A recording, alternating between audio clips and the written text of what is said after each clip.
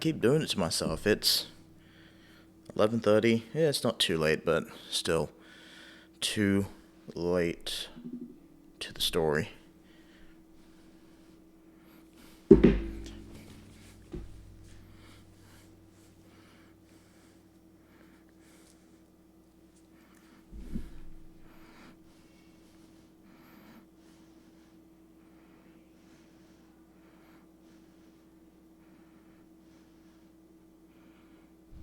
I keep doing this to myself. Man, it's 12:45. Got work in 6 hours. Sweet. But I'm awake. Anyway, I just had this whole kind of when I did my last episode of Pure Joy and Happiness, or at least the episode prior to this one, I forgot that I missed out one very enjoyable factor, or at least the story. So this one I'm actually going to really go into because this is at least to me, it's super fun and I would love to share it with you guys. It's my roommate Ben talked about in the prior episode. We did shared housing when I was attending my college, university, whatever you guys want to call it, in the UK. I think when we made the decision to do this impromptu trip to Cornwall, this was in the second shared housing estate.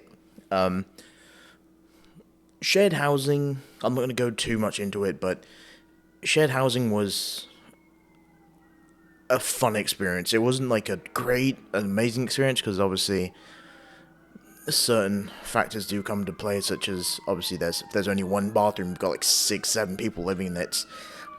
It's you can kind of just assume, some heated moments is I think really the best way to say it. And there is an emergency going on. Damn. Hope that person's okay. But anyway, diverging from that, coming back.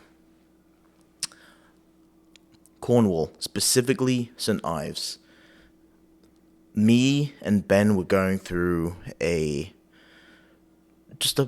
mental block during our time at university, and I think what happened was so the way it works is sometimes one day you can have, off, or you can leave early, compared to, I think.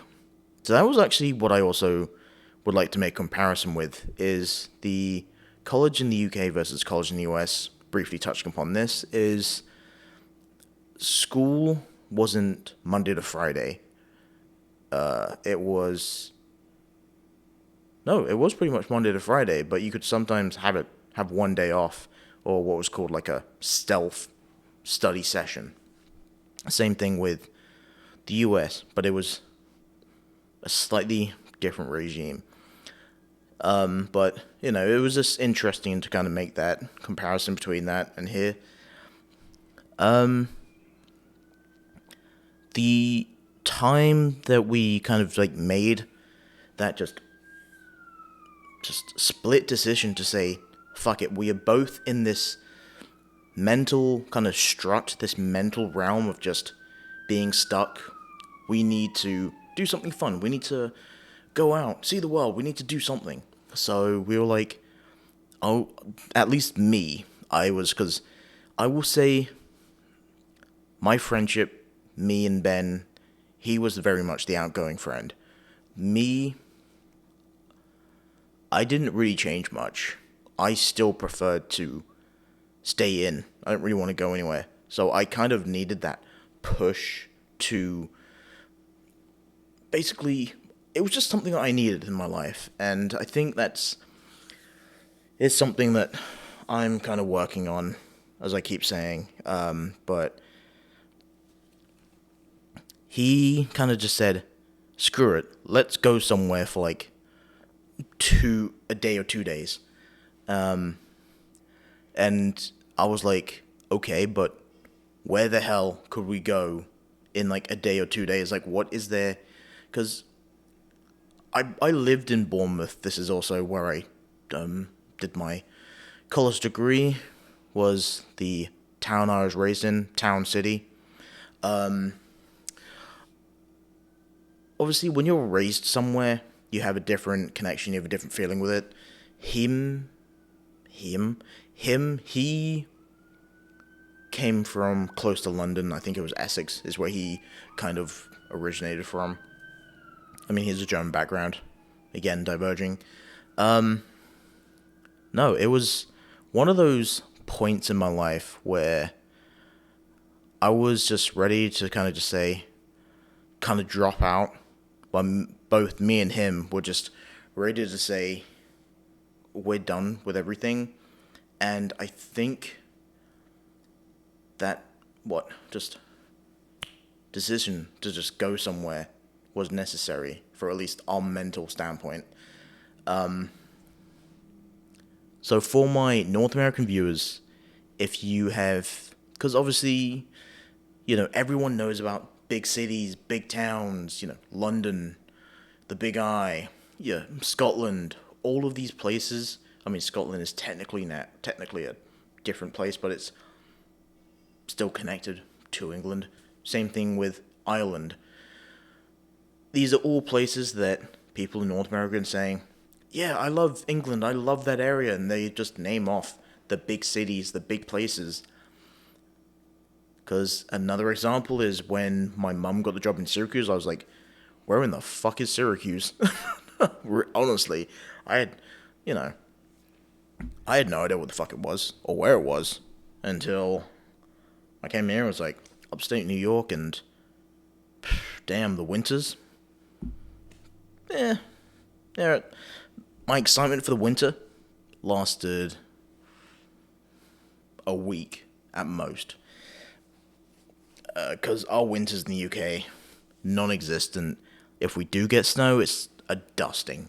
Like, 1 inch, 1.5 at most. Nothing. So, we made that decision the night before. And we had one day where both me and him just said, we're going to email our teachers or our professors and say, unfortunately, we're sick, or unfortunately, we have, a doctor's appointment, and then the next day we had off. So, and then I think, no, we actually did it for 2 days. So, how the fuck I graduated, I have no fucking idea. Because the amount of times I probably, went out early, called out to not go into college is honestly more times than I can really remember.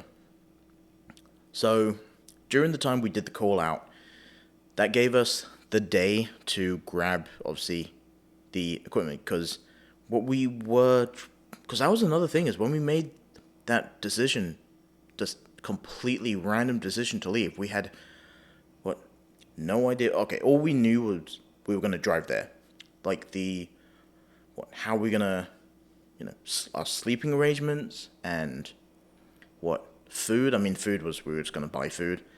But then again, we were pretty much broke college students. So, our budget was very, very limited. So we also had to work about, hotels aren't exactly cheap either. I mean, relatively so. I think it was about, even maybe if you did an Airbnb, it was maybe 55 or maybe 40 a night, depending on specifically where you look. But to us, that was expensive as fuck. Because gas was already expensive. The gas expenses to get there was already basically 60-ish pounds. So we had this kind of DIY craft place not too far from our shared housing. It was called Hobby Lobby. It was, man, I think what we used, it was this weird mix of styrofoam, cardboard, and I think styrofoam cardboard, and I forgot what one other thing was, because our sleeping arrangement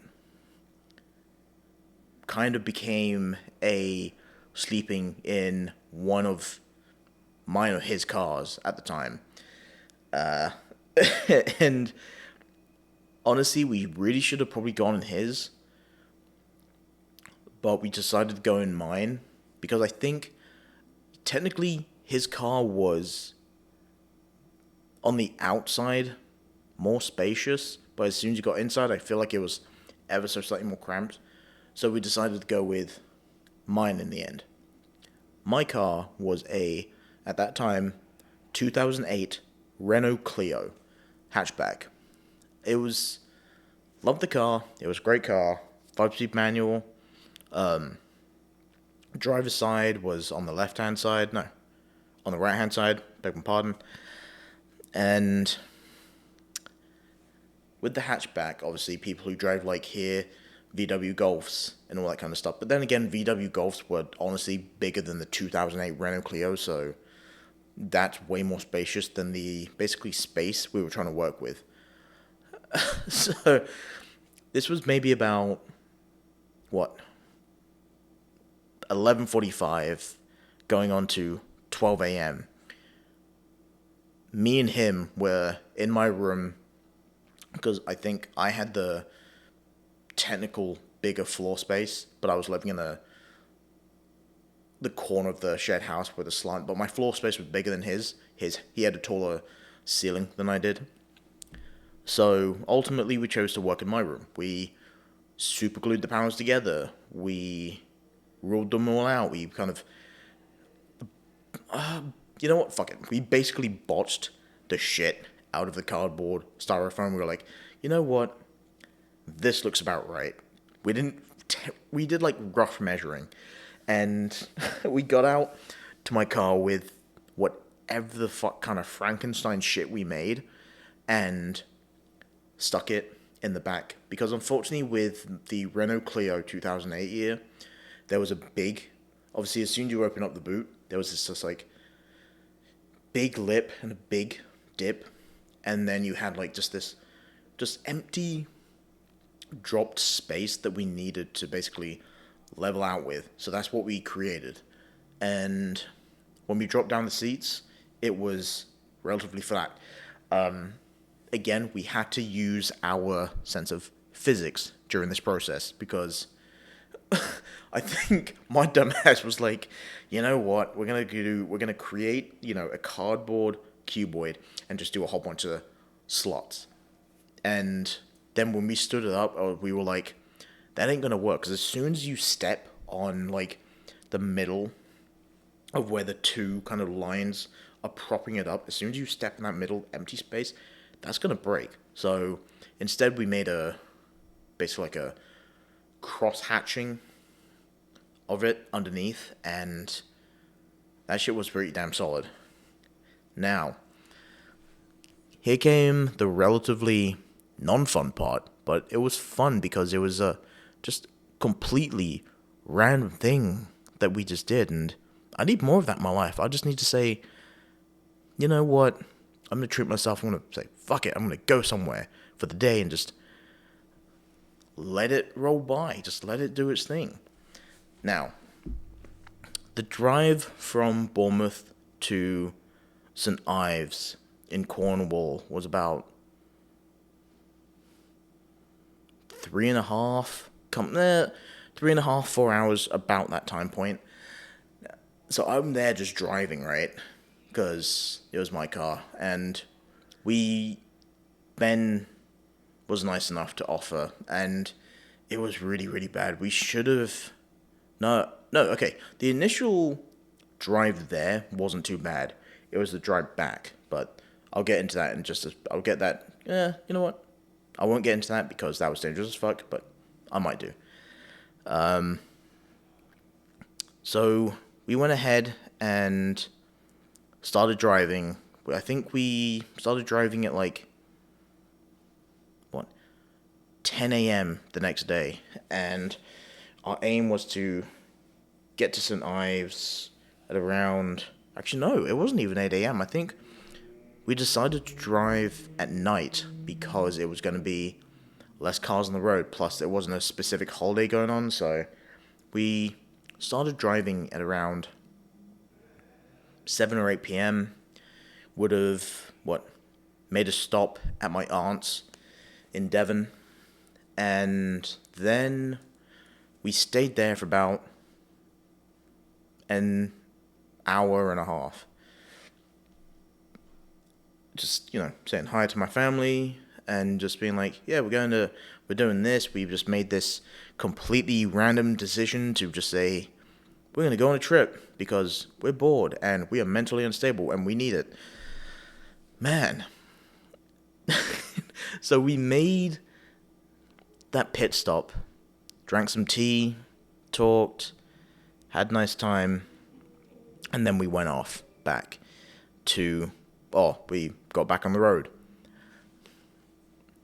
And the amount of time that technically, it was only like a 3-4 hour drive, but it was so freeing and it didn't feel like a chore. It felt,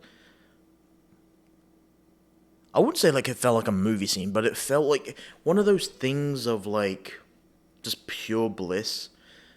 I was stress free in that moment in time. We drove past the English coast. We drove past beautiful countryside townhomes, and oh shit, man, I'm like reminiscing about this trip, and I really want to do it again at some point with the die. Maybe by myself or maybe with another friend, but like, yeah, it was a hell of a time. So we get to St Ives, and we were like trying to navigate because in St Ives, beautiful, beautiful place. My one gripe about it, the roads, at least some of them, tiny as fuck. It barely fit my Renault Clio, and that's a fucking tiny car. And then you have people who are driving like SUVs and, big ass fucking vans driving these streets. I'm like, how, bro? It physically should not be possible for you to like get in and out, but they did. That is gonna be the Cornwall locals for you. Now, we were just kind of driving around, trying to find a place to maybe park up on the side of the road to, sleep and do all this kind of shit and just chill. And we couldn't find anywhere that had enough space, or we weren't able to find anywhere that felt, I guess, at least safe. But then again, now that I'm thinking about it, safe wasn't our priority. I think because it was fucking Cornwall. Pretty much in a tiny town like that, almost everyone from family and friends know each other for years and years by name. I think my thing was just fear of my car getting fucked up. Really, because that's how tiny the roads were. Now, we found this relatively empty parking lot with what seemed to be a graveyard right opposite us. But it was the only space that was big enough that had multiple empty parking spaces and enough space for me to open up my doors if we needed air or crank anything, and it was there. But then again, Ben freaked me the fuck out saying, you know what would be funny if one of them, we could hear like knocking from the grave or something. I was like, and which is funny because I'm not a really speculative person or into that so much or believe in it, but it still freaked me the fuck out. It's anyway. We brushed our teeth. We parked up, brushed our teeth. Freshened up, got changed into our sleeping clothes, pajamas. Now, it was. I don't know why we thought it was a good idea. We slept in the car, and he is I think not 6'1", maybe 5'9", 5'10".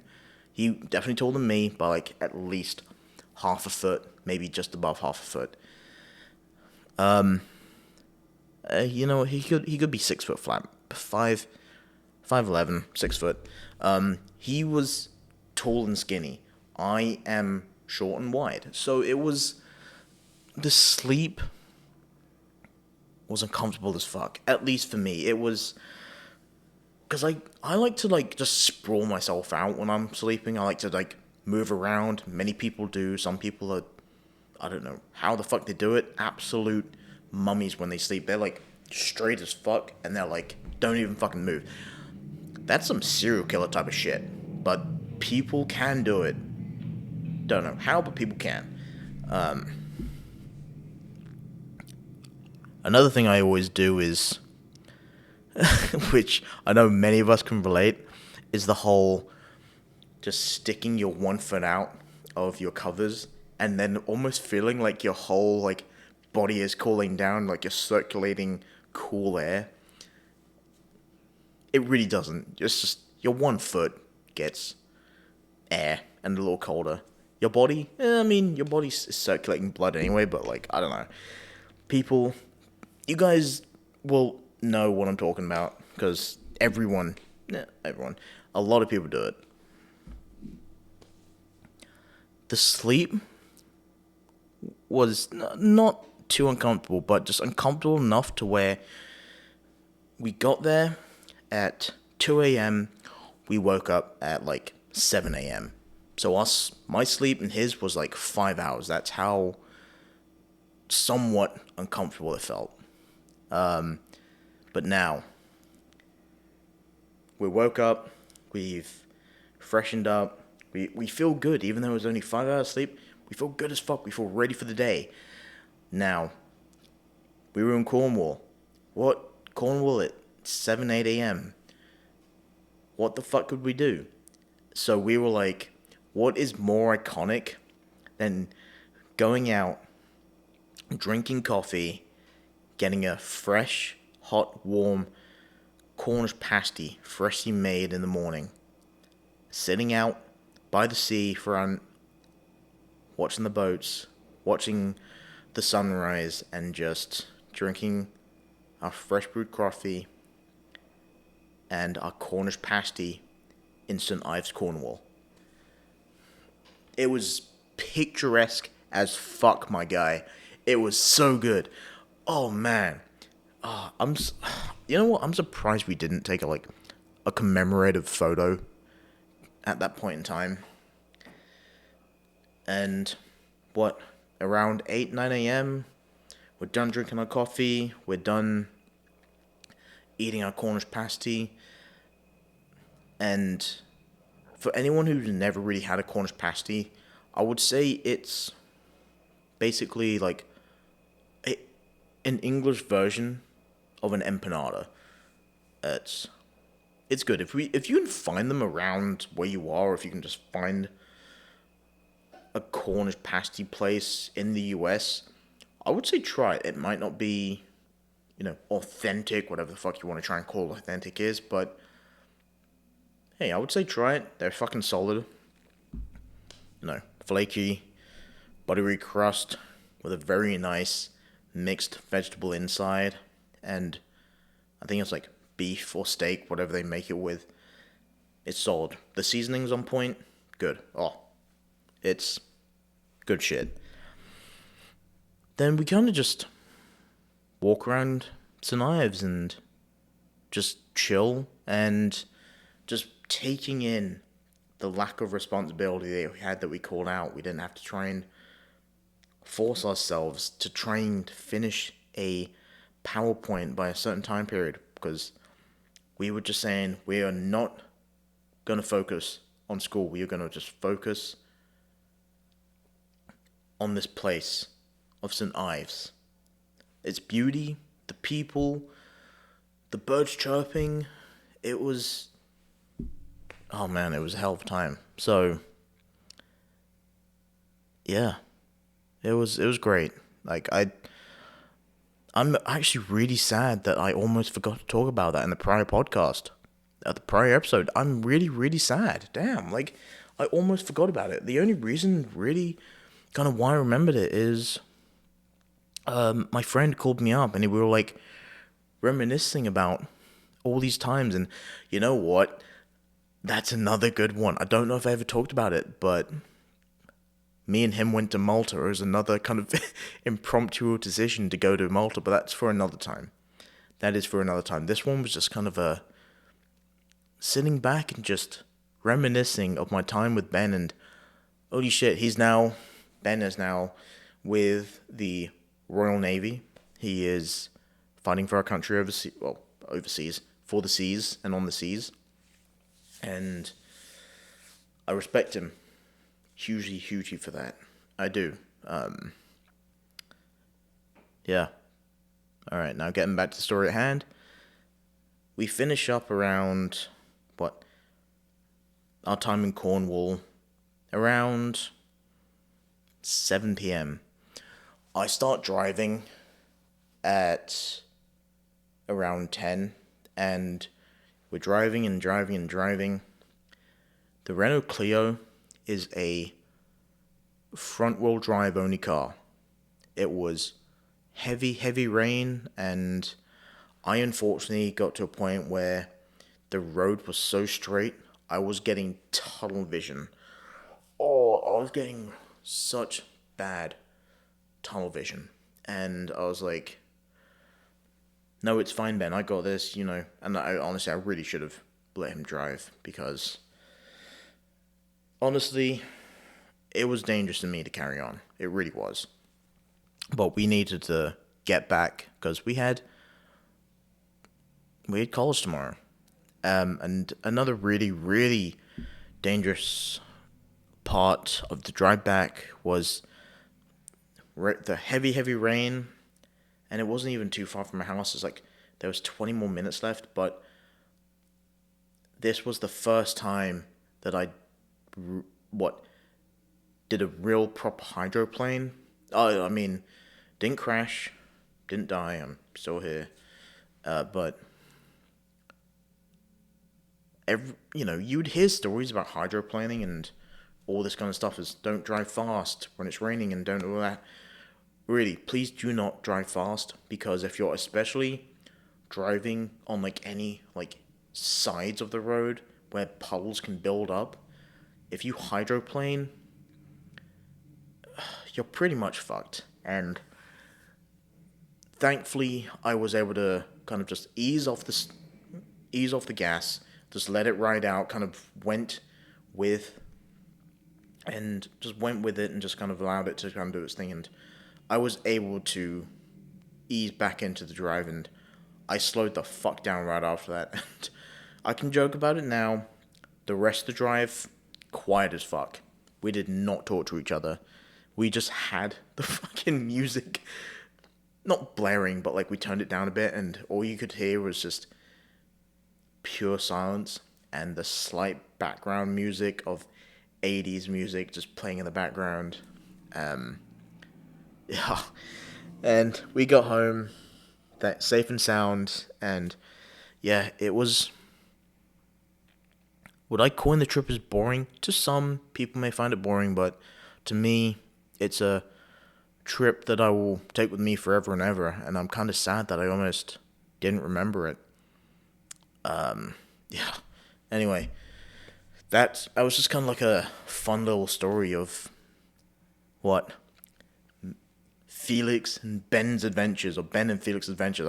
I don't know, me and him coined it something fucking hilarious. It was some shit like that, but oh man, I need to talk with the homie a lot more than I do. I need to just really talk with people a lot more than I do. Anyway, with that said and done, I'm gonna leave it here. I appreciate you guys listening.